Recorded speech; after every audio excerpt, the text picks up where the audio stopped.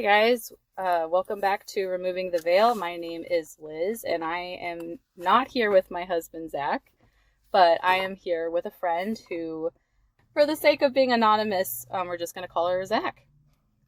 Hello, I'm Zach today. Yeah. So today we wanted to talk about a Christian cult that is not one that I've ever heard of. It's called the World Revival Church, and it's located in Kansas City, or was located in Kansas City. I saw that it was permanently closed. They changed their name.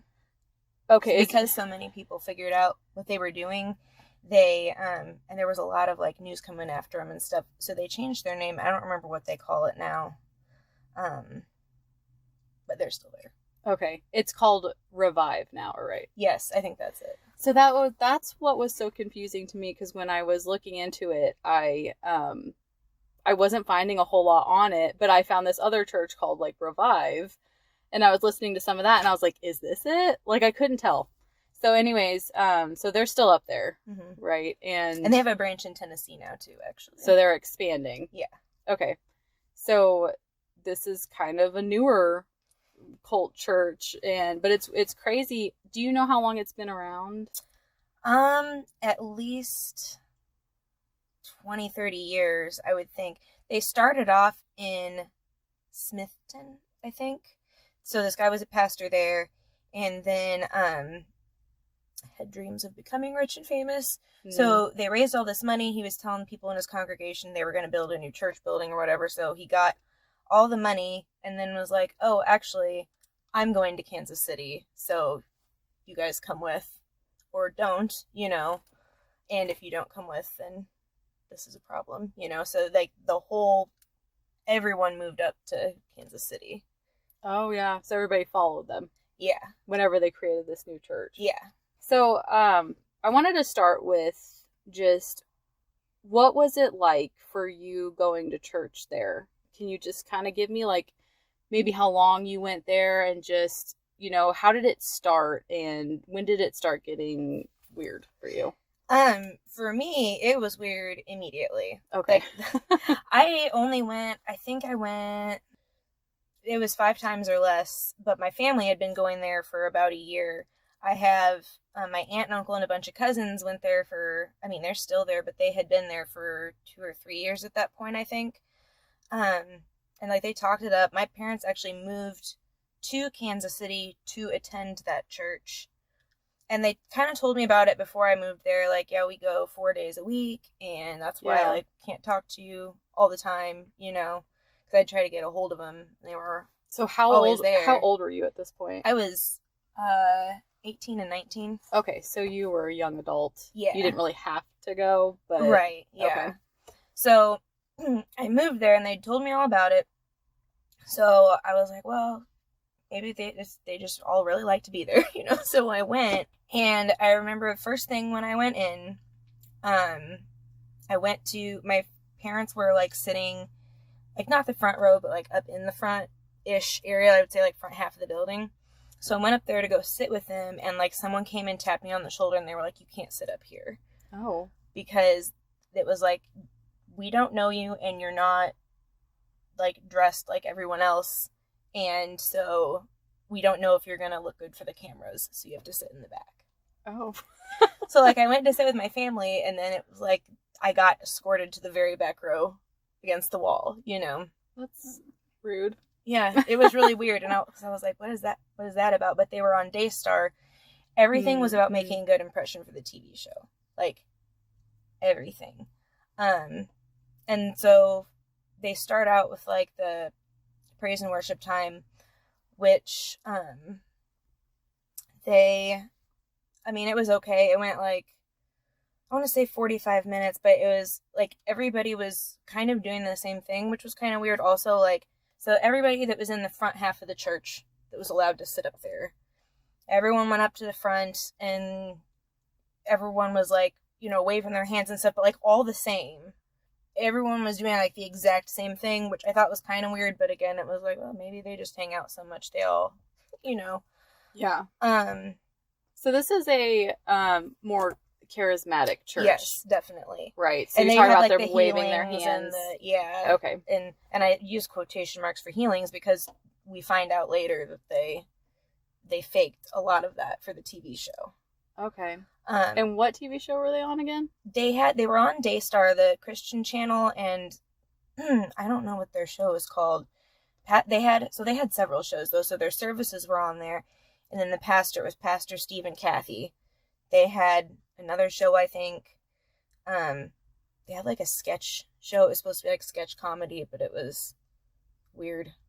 I don't know. So after the worship time though, then they started what I thought was the sermon that went for another maybe 45 minutes. It might have been an hour. That was just the talk about the offering.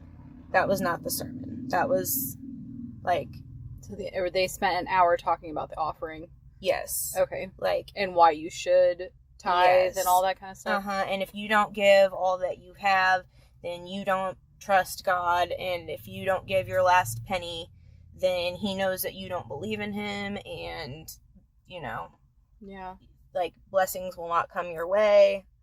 And so I was like, well, do they do this just one night a week, with their church? But it's every time they meet, which is 4 times a week, he was basically just trying to shame everybody. And also, like, when you go to give your offering, like, everyone has to hold up what they're going to put in the plate. So, like, you see who's giving and who's not. So, you don't want to be that one that doesn't have something you're holding up, because they'll point you out, So that was like another hour. And then... That reminds me of, like, in the Bible, it talks about the Pharisees dropping in their coins, like, so that it would be very loud so you could hear how much they were, giving, I guess. Yeah. Like, crazy. They wanted everyone to see. And I think they talked also about the lady that she put her last 2 coins in the jar or something, and Jesus was like, well, that means more because that's all she had. So they would kind of use that to be like, like that's what they would like pick something. They would use that to say, give all of it. Exactly. Right. Yes. So like you were literally supposed to give every spare penny, and they were even like, if you give to the point where you can't pay your mortgage this month, who are you to think that God won't provide anyway? Yeah. And I know a lot of people, including my aunt and uncle, lost their houses that way. Oh, wow. Yeah. And so then they did the sermon, which I honestly don't remember much about their sermons because it was like the shortest part. And then the band would come back up. And then at the end, it was more of, everyone has to come back up and, raising their hands. But then, so then he would come around and kind of like do his laying on of hand things, and people would fall over. And then they would have like, oh, this person was healed, and, so it was more like a show. It was very much like a show. And then, later also, because there was that Facebook group that a bunch of the former members were on, and people that were like more behind the scenes would be like, oh yeah, I didn't really have this problem, but Pastor Steve said to come up there and say I was healed of this thing because they didn't have anyone that needed healed that night, and I thought that I was doing the right thing, oh my gosh, for the TV show. And like, you had to do what he said, or because he would scream at people. He like threw this one little girl, like I say little, she was like in her early 20s, but a small person, yeah, like threw her across the room because she wasn't doing what she was supposed to do. But they were crazy, and they used a lot of like what I would call like mind control techniques on the people there. Like sleep deprivation was a big one, financial abuse and sleep deprivation. Wow. Yeah, that reminds me a lot of Scientology. Yeah, they would like work them so hard that they would, like you said, be sleep deprived or malnourished even, and working for pennies or whatever. Yeah. So the next question was, did you notice anything odd there? Yeah, lots of odd things. let's say, so like, what is the environment like? It was very showy. It was a really nice building. You know, and they've got like the lights and the cameras hanging, and but it was kind of weird because like you go in and like, you know, at a church, if you're new, like people come up and introduce themselves friendly, but at this place it's like they would come up to say hi, but it was very like, we're not going to let you go off by yourself, like you're going to have to be with these people and sit in this place. And I even like, so these services were long, like 3-4 hours, like usually more like 4.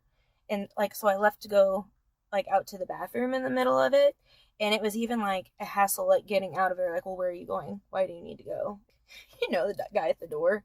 And then I went out to the bathroom, and there was like someone in there yelling at their child like in a stall. Right. Like, so that was one of the main things that I heard about when I watched a news report about this on like Fox News. And one of the main things that the people were saying is that there was a lot of child abuse happening. A lot. There. Like you said, parents, like, they'll call the parents, and the parents, like, I don't know, spank their kids or whatever in the stall or whatever and send them back to class. And the kids had to basically stand still and make sure that their posture was, their hands were in the air during certain things. And they had to hold that pose for like hours. Yeah. And if they didn't do that, they were punished. Yeah. Okay. Really bad. And like it would even go to like at home, because I remember, so my younger sister was going there with my parents. She's 4 years younger than me, so she would have been 14, 15, I think. And so she was not enthusiastic enough during praise and worship at one point. And so the church pointed it out to my parents, like, she's not putting her all into it. And so they took away her bedroom door, like took it off the hinges and removed it. And then I think they gave her like one outfit, and she could only wear that one outfit for 2 weeks. Wow. Yeah. They would do stuff like that. And then another girl that I know that went there, she was a twin, I believe. But something about she was not doing as well as her sister. It might have been not being enthusiastic enough or not sitting still enough, or it was something like that. And she had like really pretty long blonde hair, and so they cut all her hair off and gave her like one pair of brown overalls that were like too big, and that's all she had to wear. So was this stuff the parents just came up with, or is this stuff they were taught? It was stuff they were taught. Like they would, yeah, they would talk about. So we kind of briefly talked about it before.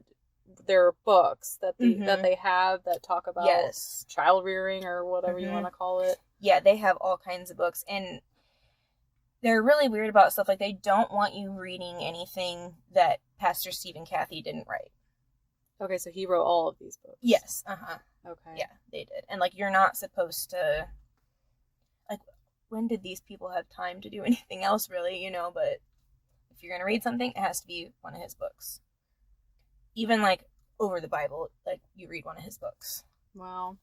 So I remember there was someone who said something like specific, that like a text from one of the books, and it was very like abusive. Yes. Like the discipline was more like abuse. Yeah, it definitely was. And it, like psychological abuse. Yeah. It reminds me a lot of that. Have you watched that documentary on Amazon? It's like about the Bill Gothel. And they had like all these books. Yeah, yeah. I haven't watched it, but I know, because my parents, that's another thing they were into. Yeah, some of the books that they used were really odd too. Like that To Train Up a Child book. Did you read about that one? I think I did. Yeah, or I heard Michael about W. that one. Pearl, or I think I heard about that one. Was it kind of like that? Yeah. Wow. Anyway, the next question was, what are your thoughts about the child abuse allegations? I guess, do you think that they're true? Oh, they're absolutely true. Yeah. Because, I mean, I think that's why they're so weird about, like, you know, you're here and we don't know you, so we have to, like, be monitoring what you're doing, is because it's pretty hard to not notice.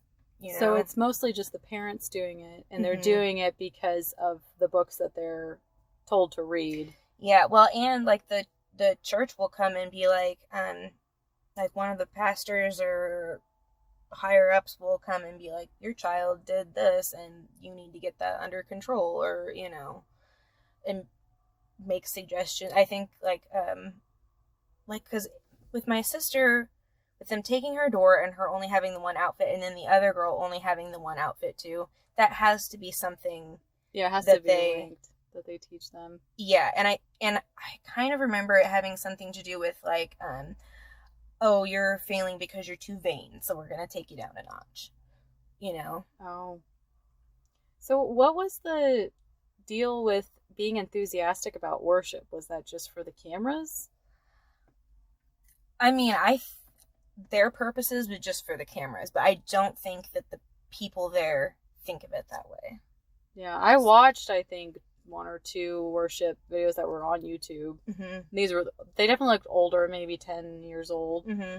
And yeah, the people were very enthusiastic, like you said. They were just kind of like really into it, and I was like, I've never seen a church, like I've seen somewhere like some people are kind of doing it, but not when like everybody's doing it. Yeah, well, and I mean the pastor will even, like, if you're like up there and not doing the same thing, like he would even just like stop everything and point you out right in front of everyone. Like there's a lot of public shaming involved. Yeah. So speaking of that, if someone decides to leave the church, did you see any of that happen? Like, are they shunned, or yes, they talk poorly about them? They're shunned, they're talked bad about, and a lot of people even get like threats and stuff. Because so when my parents left, first of all, I wasn't going to the church regularly, and so like my parents, they were gonna like, I don't remember, but it was right after I'd moved here. And my cousin that went there, I had a bunch of cousins, like probably 20 cousins that went there. And so my parents invited them all over for a dinner or something after church. And so she was like, well, we have to ask the pastor. Well, they couldn't because I was going to be there and I was not a member of the church. So they were not allowed to hang out with me. When my parents were going to leave, I remember my cousin telling them, like, bad things happen to people that leave here.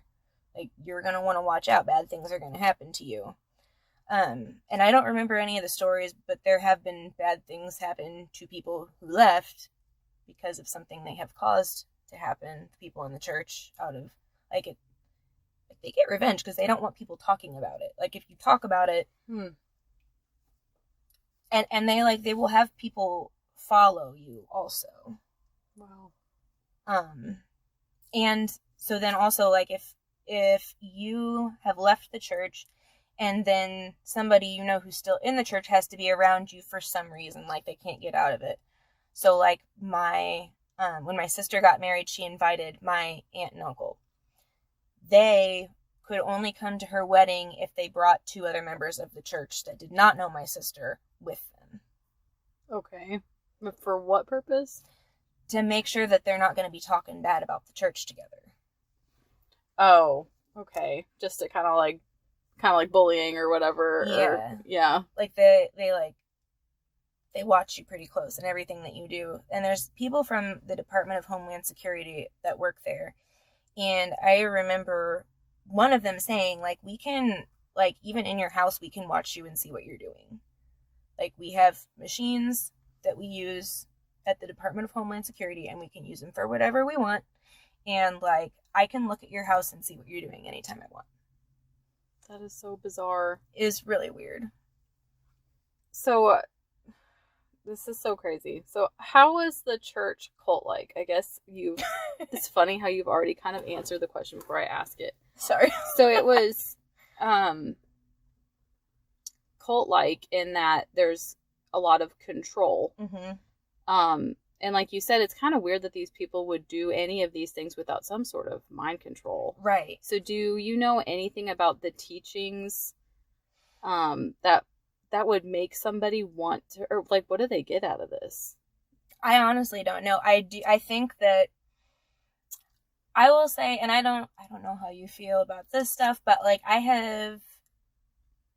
think magic is real and bad. And I think there's some kind of energy work going on in that church, and people feel that and think it's God, and it's not. Yeah, so when I was watching, I just briefly watched, it was a female preacher that they had up there, which I'm not totally opposed to female preaching, but it's funny how many heretical female preachers there are. And was it Pastor Kathy? Maybe. I think so. I think it would have to be, because I think she's the only woman that they would allow. It was like a thin, tiny lady with glasses. She's kind of frail looking. But the vibe off of it was very Bethel-like. Do you know anything about Bethel Church in Reading? So they are on blast right now because of fake healings, fake prophesying, and all of these things. And the funny thing is these people would they have like Zach and I call it the Bethel School of Witchcraft and Wizardry. Yeah. So they, there's a Bethel school out there. They would fly the kids out to California, or, well, they're already in California, maybe somewhere else. And they would teach them how to do Christian tarot cards. Really? Yeah. So anyways, this church, reminded me a lot of that. Yeah. So I don't think you're crazy or anything like that. Yeah. For talking about magic in the church. A lot of these possessions that people are under, I guess you could maybe call it something else. The Holy Spirit is what they call it, or the fire and stuff like that. A lot of people compare those things to a Kundalini awakening. I don't know if you've ever heard of that. Yeah. But it's basically, it's not the Holy Spirit. Right. Yeah. It's something, and it's at that church, it's something evil. It just is. That's how it felt to me, because I felt creeped out the whole time I was there. But I'd been to other churches before, even other charismatic churches, and it was this is off. I remember my sister she was still dating some guy in Illinois, and he came and went to the church. He'd never been to any church before. And he was like, well, I don't know what that was, but I felt something in there. I guess that was God. Oh. So I guess if you didn't know, if you came there, and I think they like to pick people who are kind of really down in life and make them a lot of big promises. Yeah, especially with the promise of blessings. Yes. That's one that a lot of churches, and even just regular churches like you and I go to a Baptist church. I even know Baptist churches who talk about that. You need to give in order to get. Yes. And that's not necessarily true. And it's right. Yeah. They're very, very into that. And you have to give, and they would always say, you have to give your money, but also your time. And they would have these people volunteering crazy hours and doing absurd things. It was not volunteering to help other people in the community or help anybody that needed help. It was doing things for the pastor and his wife and their parents, who were all very rich, and the higher ups in the church. Someone would have to follow Pastor Kathy around to hold her Bible and her water bottle so that she didn't have to have anything in her hands. And that was their job, to follow her around all day. And then... This is all volunteer based. Yes. Yeah, they don't get paid for this. Yeah. And then there were people that they have a house of hope and healing, which that's where I think some of that magic type energy stuff happens. Because I took a tour there one time. They do some weird stuff there. I don't remember all of it, but it was weird. It's kind of like IHOP. That's yes. Yeah, International House of Prayer or something like that. Yes, International House of Prayer. I have a friend that went to there. Really? Yeah. But yeah, these people that would volunteer, because it was you have to do this to be a better, move up within the ranks in the church or whatever. Yeah. And so I remember one person was telling me they got woken up by a phone call at 2 a.m. one time, and it was one of the elders or something. I don't know what they call them, but he was like, you need to be at Jeremy's house in 10 minutes. So they called a bunch of people. So they're all showing up at this guy's house, between 2 and 3 a.m. And they're like, okay, what's the deal? What are we here for? And he's like, I need you guys to dig a hole for my pool that I'm getting installed. So he woke all these people up, normal people living normal lives, probably definitely working elsewhere, because the church doesn't give you money, to come dig a hole in his yard for him to put in a pool in the middle of the night. This was the pastor? It was not the pastor. It was You said an elder, maybe like a deacon. Yes. Okay. Something like that. Yeah. Deacon, bishop, elder. Those are kind of usually the main names that they use, or apostle. So what Bethel calls theirs. Yeah, it was either a deacon or an elder, I think. But yeah, they all had to get up in the middle of the night and go dig in his yard. So tell me some of the stuff about the pastor that was weird. Well, first of all, he won't talk to you. If you're in the congregation, the only time he's going to talk to you is if you are in a meeting with him where he's telling everybody what to do. If he is pointing you out from on stage because you're not being enthusiastic enough, or you've done something wrong that he wants everybody to know about, because he'll do that too. Or yelling at you about something. But like if you see him, if you're out and about, like say you're shopping in somewhere out to dinner and you see him, he won't talk to you. Like, will not acknowledge your presence. So you're not supposed to go up and try to say hi or anything. Is there, like, did they explain that, or is it just common knowledge? Like, is it because he's extra holy, or? He's extra holy. Okay. Yeah.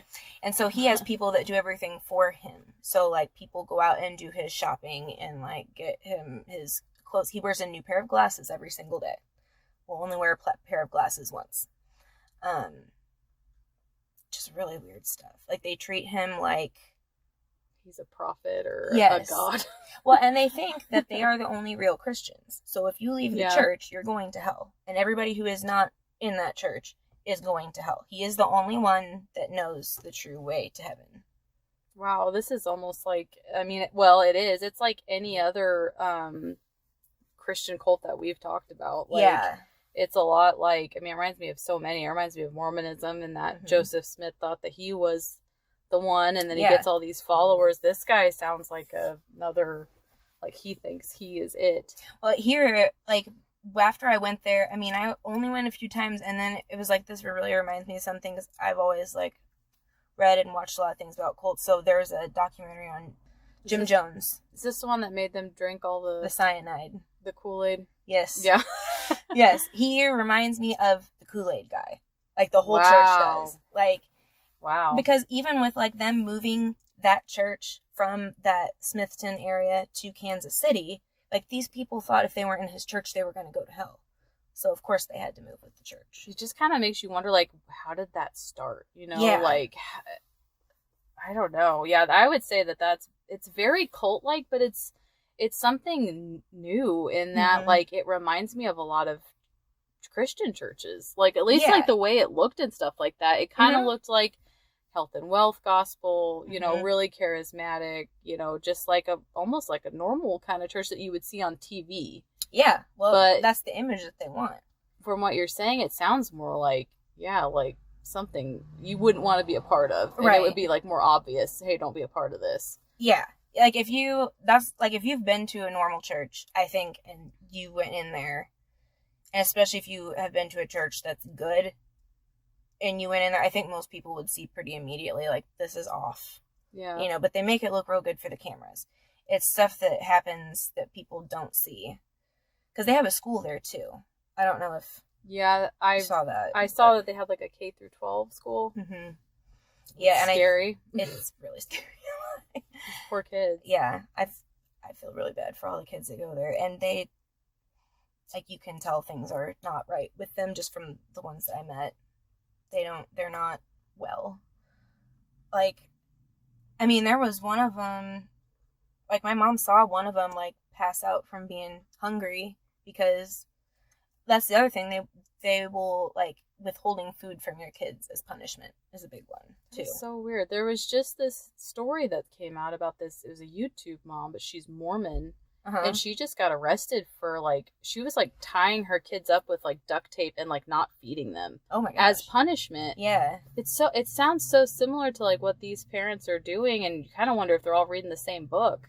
Yeah. That's weird. That is weird. I think it's called, like, 8 Passengers or something like that. Okay. It's just so funny, Zach, because we've done so many of these now, and they are all so similar. Mm-hmm. It just kind of blows your mind. It's like they're all individual. Like, I've never even heard of this one, but gosh, it reminds me of all the other ones.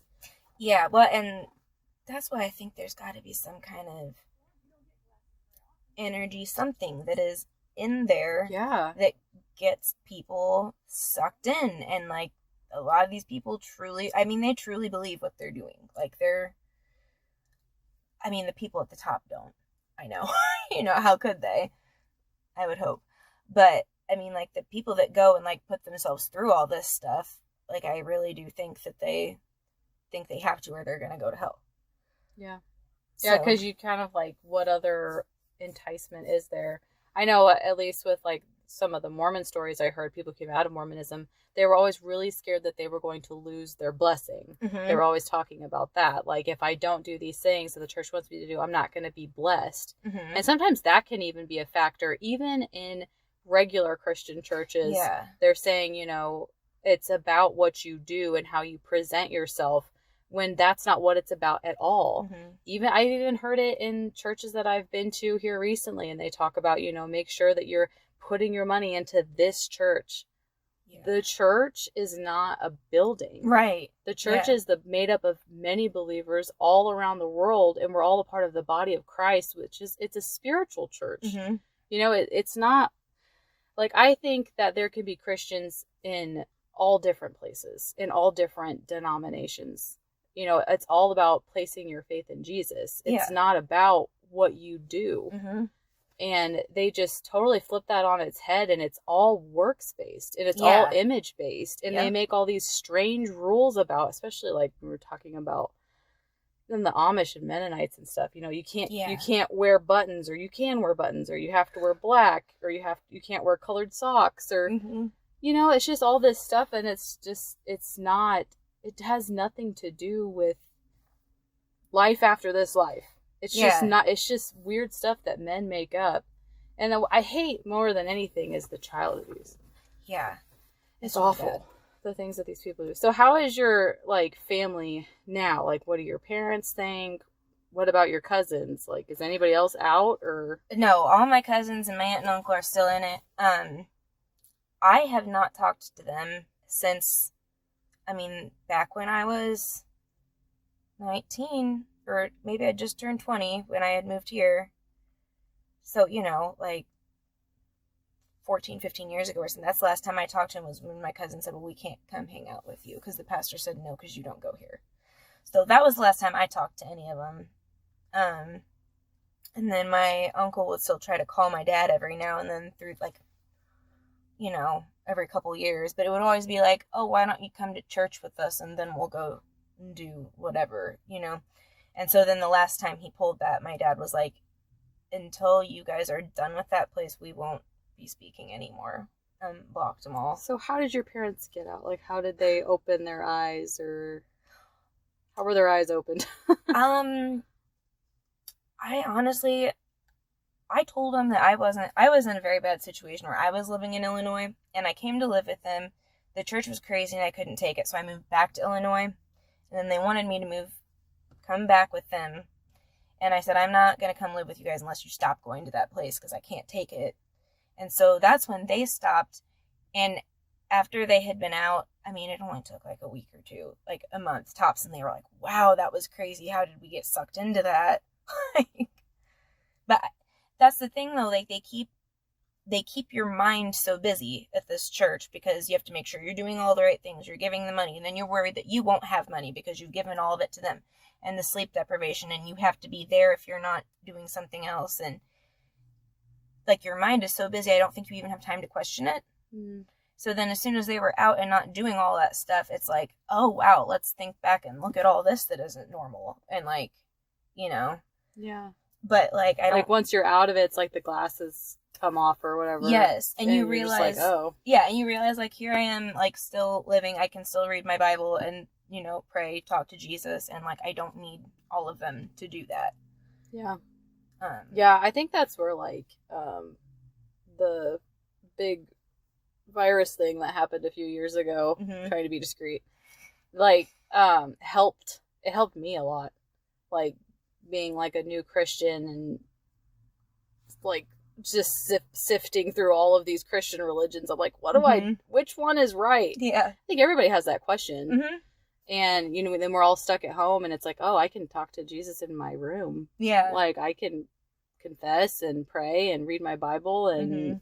you know, it's the same. Yeah. Not saying that you shouldn't fellowship, but it's all about your relationship with him, and Yes. and so you don't really need all the other stuff.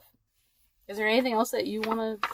That was really all of my questions. I mean, is there anything else that you're just like dying to tell me about this crazy cult church that you were in for a little bit? I mean, there's so many things I could say. I don't know how interesting it is. They had a guy follow me around for a few months after I moved to Kansas City. Really? When you left, or when you joined, or when I moved for the second time to Kansas City, and my parents stopped going to the church because I told them I would move away if they kept going. They had this guy, because I had wanted my cousins to hang out with me. They said they wouldn't. So this guy that went to the church, he was the bass player, because I was really into music. I played guitar. They sent him to my parents' house under he was supposed to ask them if they would come back or something. I don't know. Well, then he made friends, I thought, with me, not really friends, so that he could, like, report down what I was doing. And, like, the church had a database that they kept on people that they were concerned about that might mess up what they had going. Wow. And so he was reporting back all this information about me to my cousin, who actually built the database. And they've got a bunch of people in there. It wasn't just us. But, yeah, they had, like, a camera outside our house. They put software on our computer because, they have people that do everything in there. So my parents needed to get their computer fixed or something. Like, oh, we know someone. He's real good with computers. He'll do it for free. So this guy comes out to our house. He was the one that was supposed to follow my parents. And he installed something on the computer that would report back to the church what was going on the computer. And, like, because they would know things that they shouldn't have known. And so we didn't figure it out until everyone started talking on that Facebook group. Like, oh, yeah, I knew about the database. Like, I helped with that while I was still in. And, like, yeah, we have cameras on people and, like, followers and things. But yeah, I thought this guy was just being my friend because he was like, oh, well, your cousins are just busy, and, like, I live, like, right here. But he would always be asking me to go to church with him. And I was like, I'm not going to go to your cult church. And he didn't, like, get angry or anything? He did, actually. Okay. But, like, he got really mad about it at first. And then, but he was still, like he would just show up at the house or wherever I was. And so we were just, like, hanging out, like, going and doing things. And, like, the more I said it, the less he would get angry. And then, once he was like, well, why do you say that? Like, why are you calling it a cult? And so I was like, okay, look at all these things. Have you seen anything about Jim Jones and the Kool-Aid? Like, do you know about that? Because you should watch about that, and then tell me how you feel about that. And I think that was actually the last time I saw him. They kicked him out and he got deported to Canada. Because that's the other thing they like to do. They get people from Canada who come down here to work for them for, like, nothing. Like, $100 a week. Something stupid. And they don't have work visas. So it's like, if you mess up, you're going back to Canada.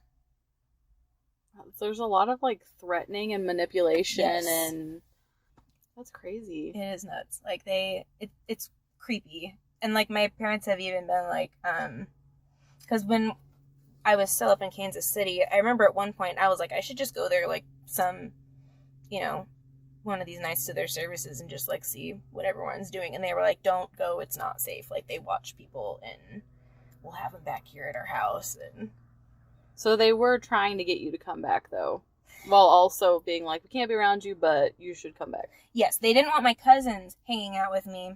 But this one guy, the guy from Canada, like, he worked for the church, and he lived in a house with, like, 6 other guys in, like, a 2-bedroom house because that's all they could afford, and they never had any food. And so, like, he would actually, like, show up to my parents' house and want to eat all the time. And, like, we saw him pass out once because he hadn't eaten in, like, 4 days. So it was also kind of like, well, I can't stop hanging out with him because he's going to starve to death, Oh, my gosh. He's really Poor hungry. Guy. Yeah. So that's the kind of person that they would want following you around, because if that person screws up, they're leaving the country. Whereas, like, my cousins, they're Americans. They could go on with their lives, but. Well, I hope that they do. I hope that they do. Move on one of these days. I really hope so. It's such a mindset. Yeah, it's hard for me to empathize because I've never been there. And like you said, you just kind of walked in there and you just knew. Yeah. Like your discernment was like, what is this? Yeah. So, but I don't know. That's crazy. Was there anything else that you wanted to say? Oh, that's most of the stuff. Well, I appreciate you coming on and talking with me about this. Yeah, if anybody out there is in this, what is it called? World Revival Church. But Revive now, right? Revive now. Yeah. I would just, like you said, look into other cults and just see, is this the environment that I'm in? Mm-hmm. And also, while we're on it, the gospel is really simple. Mm-hmm. You place your faith in Jesus Christ, and then you gain freedom. Yeah. You have the freedom and free will to not have all of these personal convictions and condemnations and damnations on your life. There is a penalty, yes. We live in a sinful world, yes. But it's not our job to redeem our sinful selves. Right. Someone else did it for us. Mm-hmm. And we can just, thank him for that with our lives, thank him and, be and serve him in gratitude, not because you have to. Yeah. Not because of, if you don't, then you're going to go to hell, if you leave this church. Like, those are just fear tactics. Mm-hmm. And, while it's wise to fear God, it's not wise to fear man. Exactly. Yes. And that's what's happening with a lot of these churches is we are fearing doctrines of man. And that these are not things that God is teaching. And to make sure that when you're reading your Bible, read it in context. Read, 20 verses before and 20 verses after. Yeah. Make sure that you're understanding it in its fullness and, yeah. And also, that's what they do a lot of those places. They'll pull just the one little thing out like, oh, it's in the Bible, but they don't tell you the context around it. Yeah. Yeah, like today, I'm just going to mention this, that I had Jehovah's Witness come to my door and we were talking about the Trinity, and I mentioned John 1:1, but I forgot to have them read. John 1:1 says, the Word was with God, and the Word was God. And then it also says that the Word became flesh, and that was Jesus. Mm-hmm. And it was such a good picture of that Jesus is God. Anyways, it's so important to read before and after. And like I said, if you think that you're in a cult, I would just, do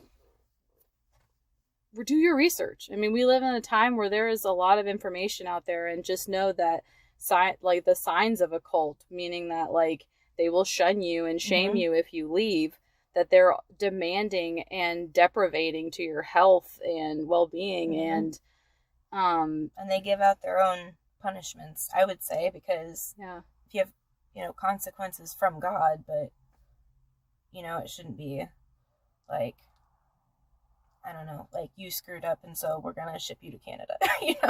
Yeah, right. Thank you so much for talking to me about this. This is my first interview and it's so exciting. And I just hope that all the listeners, I hope you guys get something out of this, and thank you for being here, and I will talk to you later. Bye. Bye.